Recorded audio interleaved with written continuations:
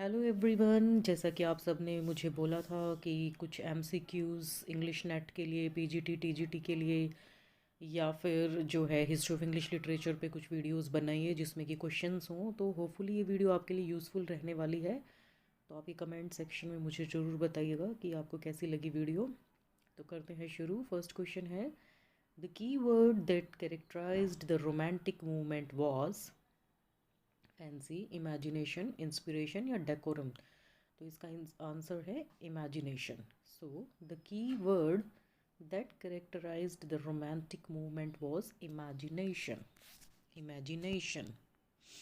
तो ये जो क्वेश्चंस हैं आप या तो ये कर सकते हैं कि आप उसको साथ साथ लिखते जाइए, या फिर आप मेरे साथ रिपीट कीजिए ताकि आपको ये याद हो जाए और पेपर में जब ये क्वेश्चन आते हैं अगर, तो आप उसका सही आंसर दे पाएँ।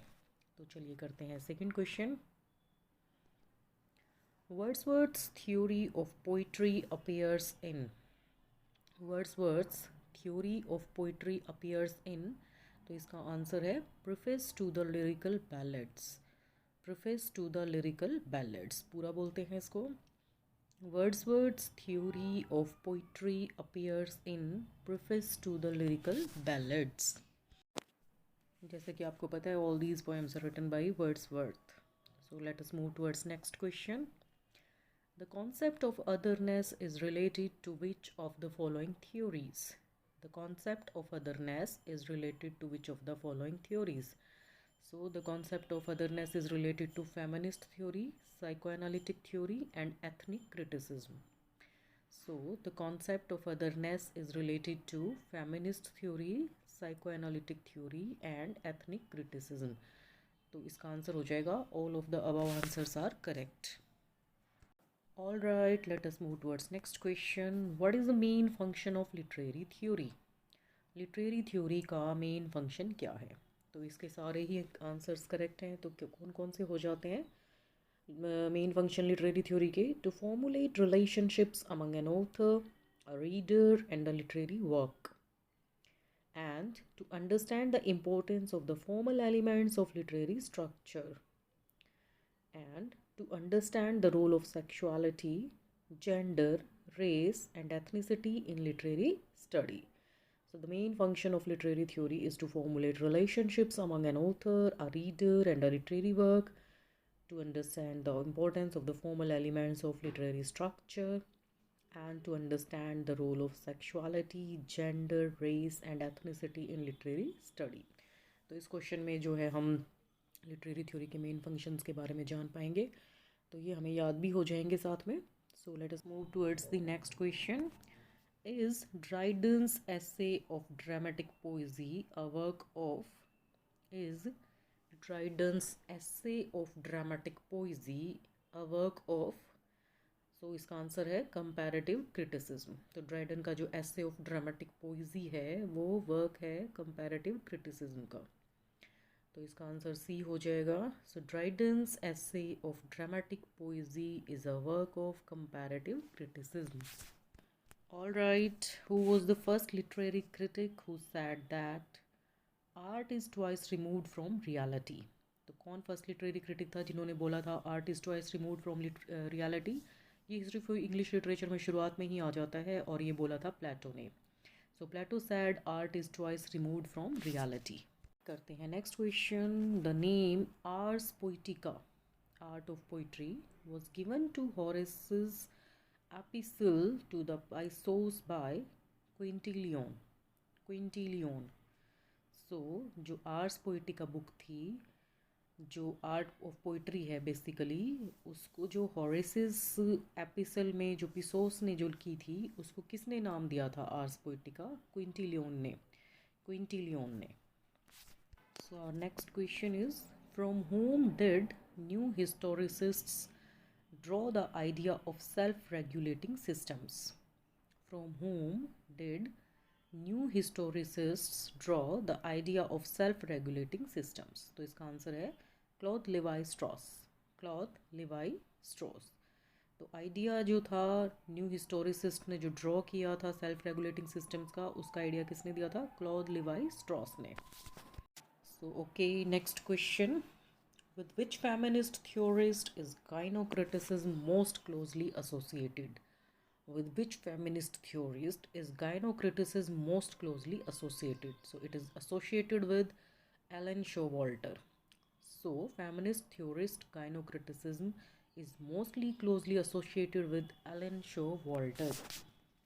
ये आप याद करेंगे, इसको आप लिख के देखिए, आपको बहुत पक्के से याद हो जाएगा, ये अच्छी तैयारी हो जाएगी आपकी. Next question is who called Dryden the father of English criticism?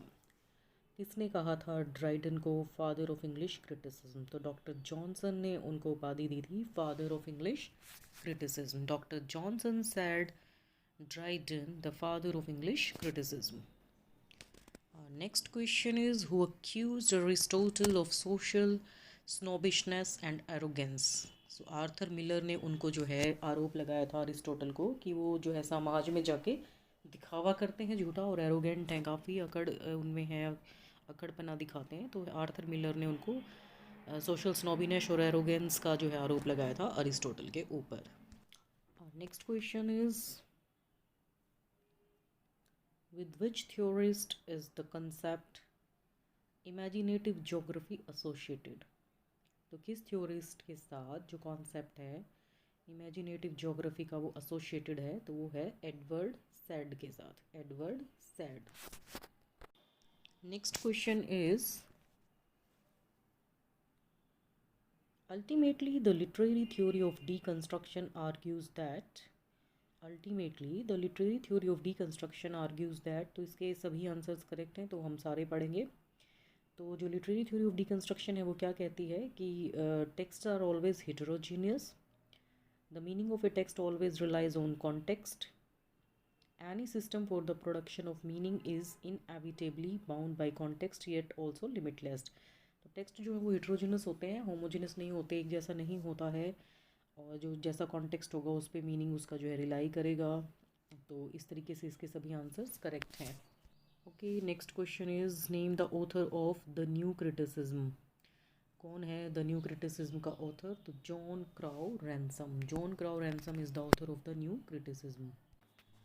What does Ellen Showalter argue about gender in terms of representations of the character of Ophelia in William Shakespeare's Hamlet?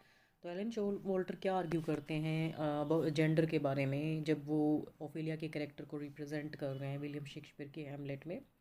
तो इसमें सभी answers correct हैं, हम सारे पढ़ते हैं. It is nearly impossible to represent women as anything other than man in patriarchal discourses. Ophelia's madness represents the social operation of women. Feminist critics need to reappropriate Ophelia for their own purposes. तो सही बात है कि ये सारी ही जो statements हैं वो एलन शोवाल्टर ने ठीक आर्ग्यू की हैं, जो जेंडर के बारे में उन्होंने डिस्कस की है ओफेलिया का कैरेक्टर जो उठाया है विलियम शेक्सपियर के हैमलेट से. So let us move towards next question. They believe that this approach tends to reduce art to the level of biography and make it relative to the times rather than universal. What approach possesses this disadvantage? So historical और biographical. इसका answer आएगा historical और biographical. क्या है कि जो approach है कि जो रिड्यूस करती है आर्ट को लेवल ऑफ बायोग्राफी और इसको रिलेटिव बना देती है टाइम से यूनिवर्सल की जगह, तो वो है हिस्टोरिकल और biographical. Our next question is in which chapter of Biographia Literaria Coleridge make a distinction between fancy and imagination?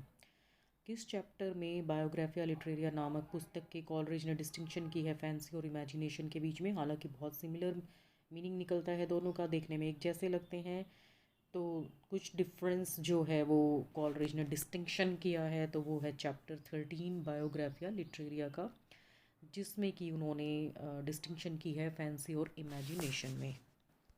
Next question is which literary theory would most directly explore questions of the role of special setting in a poem? तो इसका answer है eco theory. Eco theory. तो जो literary theory eco theory जो है वो directly explore करती है क्वेश्चंस जो है वो स्पेशल सेटिंग किसी पोएम में होती है जो स्पेशल, तो उसके बारे में ये बात कर रही है. SPATIEL special setting. With which theorist is the term implied reader associated? With which theorist is the term implied reader associated? William Wimsatt. William Wimsatt. Next question. The statements below are parts of the steps on how to analyze a play. एक play को कैसे analyse किया जाता है, तो which comes in as second thing to do before writing a critical essay of a play. तो analyse the staging जो है वो सेकेंड पार्ट पर आएगा. Next question is which of the following human behaviours is important to Freudian psychoanalytic study of William Shakespeare's Hamlet. तो इसमें भी सभी आंसर्स करेक्ट हैं. तो slips of the tongue, changes in emotional states, neurotic behavior. What is mimesis? Mimesis is an imitation. The statements below are parts of the steps on how to explicate theory, which comes in as a second to the last thing to do before writing a critical essay of a poem. तो उसमें हमारा answer आ जाएगा interpret the poem. Plato's Republic is written in the form of dialogue. Which of the following figures is considered to be the father of the linguistic theory known as structuralism? Ferdinand de Saussure. Ferdinand de Saussure. How did the new critics view literature? तो इसका answer है as an aesthetic object that is independent of historical context.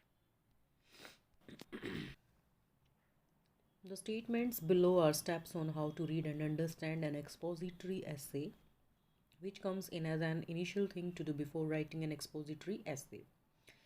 तो expository ऐसे लिखने से पहले कौन सी चीज़ पहले आएगी? सबसे पहली चीज़ तो analysis of the author. What does Ben Jonson mean by a humorous character? तो ह्यूमरस कैरेक्टर से बैन जॉनसन समझते हैं a character whose temper is determined by the predominance of one out of the four fluids in the human body.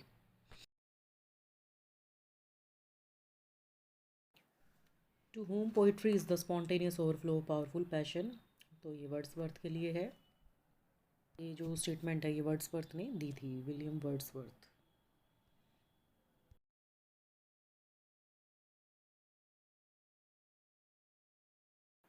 This literary critic coined the term fancy. तो ये जो literary critic थे इन्होंने term fancy जो है वो coined की थी. तो ये थे Samuel Taylor Coleridge. Who is the author of Symposium? Psychological approach. Which of the following critics preferred Shakespeare's comedies to his tragedies? Dr. Johnson. Dr. Johnson. So आपके लिए मैं यही कहूँगी कि आप इन क्वेश्चंस को पढ़िए बार बार में और लिख के देखिए, रिपीट कीजिए. तो ये आपको डेफिनेटली पेपर में जब ये अगर आते हैं तो आप बिल्कुल इसका सही आंसर दे के आएंगे. So all the best for your future exams. May God give you enough strength to crack your exams. All the best.